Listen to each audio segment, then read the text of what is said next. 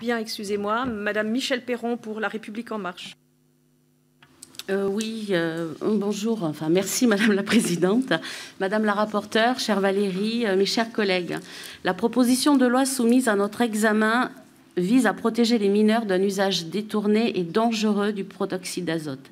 Cette proposition de loi, issue du Sénat, avait été adoptée à l'unanimité en décembre 2019. Les usages dangereux du protoxyde d'azote ne sont pas récents. Si l'usage dit détourné et dangereux était conscrit à des lieux festifs ou dans les soirées d'étudiants de médecine notamment, nous pouvons constater depuis quelques années une tendance à la démocratisation, je rajouterais accélérée, de cet usage vers une population jeune en général et même mineure. Son usage est également désormais beaucoup plus visible. En effet, nous retrouvons largement les fameuses capsules ou cartouches qui jonchent les trottoirs et les caniveaux. Le protoxyde d'azote profite d'une image très bonne pour l'usager. Il s'agit d'un produit libre d'accès dans les commerces à un très bas prix et ayant un aspect inoffensif, voire ludique sur certaines cartouches.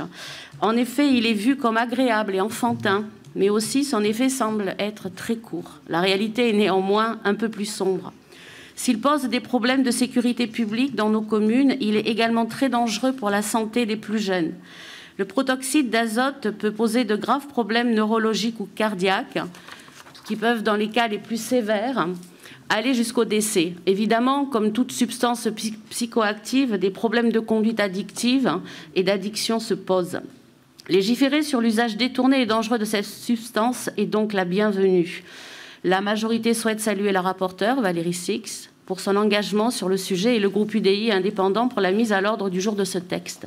Néanmoins, comme les auditions menées nous l'ont montré, plusieurs améliorations et enrichissements peuvent être envisagés. Le groupe La République En Marche accueille donc très favorablement le texte et prendra activement part au débat afin de le compléter. Merci.